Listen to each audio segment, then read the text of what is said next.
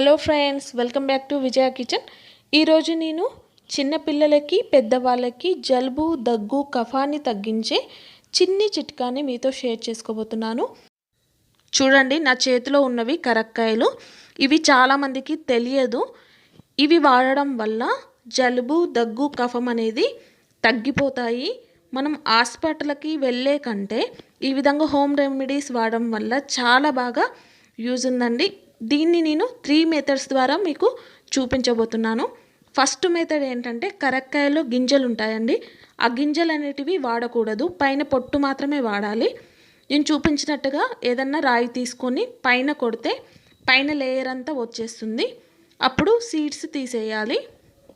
ఈ విధంగా సీడ్స్ పక్కన పెట్టేసి పైన పొట్టు మాత్రమే తీసుకోవాలి.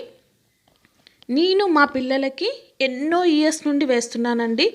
ఈ చిట్కా నాకు ఎలా తెలిసిందంటే, పిల్లలు చిన్నగా ఉన్నప్పుడు జలుబు దగ్గు వస్తే పద్దాక అంటే ఎప్పటికీ హాస్పిటల్కి వెళ్తూ ఉండేవాళ్ళం. అప్పుడు మా పక్కన ఒక పెద్ద ఆవిడ చెప్పింది, ఈ విధంగా కరక్కాయ వేయమ్మాయి తగ్గిపోతుంది అని చెప్పింది. అప్పటి నుండి వాడుతున్నానండి. అప్పటి నుండి అసలు హాస్పిటల్కి వెళ్ళింది కూడా లేదు. జలుబు దగ్గు అని కంప్లైంట్స్ కూడా లేవు. వీటిని ఈ విధంగా మిక్సీ జార్లోకి తీసుకొని మెత్తగా మిక్సీ చేసుకొని ఎయిర్టైట్ బాక్స్లో స్టోర్ చేసుకోవచ్చు. దీన్ని ఇప్పుడు ఏ విధంగా వాడాలో చూపిస్తాను. ఇది కొంచెం తేనెలో రంగరించి వేయాలి.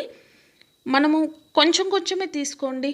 వారానికి ఒకసారి 2 సార్లు వేసుకోండి. చూడండి, నేను ఇద్దరికి వేస్తున్నాను, కొంచెం కొంచెమే తీసుకుంటున్నాను. తేనె మీరు ఎంతైనా వేసుకోండి. నేను ఇక్కడ 2 స్పూన్స్ వేసుకున్నాను. ఇద్దరికి కాబట్టి 2 స్పూన్లు వేసుకొని బాగా కలిపేసుకున్నాను. ఇప్పుడు మా అబ్బాయికి వేసి మరీ చూపిస్తున్నాను. మీకు నమ్మకం కుదిరేందుకనే నేను వేసి చూపిస్తున్నానండి. ఇది పరిగడుపుననే వేయాలి, అప్పుడు బాగా పనిచేస్తుంది. ఈ విధంగా వేయడం వల్ల 1-2 టైమ్స్ మోషన్ కూడా అవ్వచ్చు. టెన్షన్ ఏం పడకండి. చిన్నపిల్లలు అయితే కొంచెం తక్కువగా వేయండి.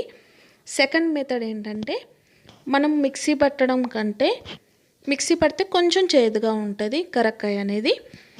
ఈ విధంగా అంటే నా దగ్గర మామూలుగా అరగదీసే రాయి లేదండి. ఒకవేళ మీ దగ్గర అరగదీసే రాయి ఉంటే కింద బాగా అరగదీసి తేనెలో రంగరించి మామూలుగా వేయండి. పరిగడుపులోనే వేయండి. అట్లా వేయడం వల్ల చాలా బాగా పనిచేస్తుందండి. చిన్నపిల్లలకి కొంచెం కొంచెం వేయండి. వేడి చేసి కొంచెం 1-2 టైమ్స్ మోషన్స్ అవ్వచ్చు, ప్రాబ్లం ఏం లేదు. అలా అయితే కఫం అనేది పోతుందండి.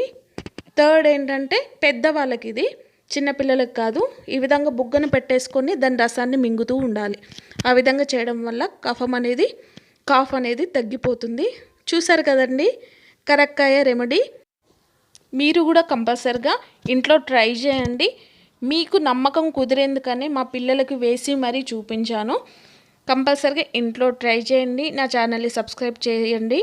Thank you for watching. Bye.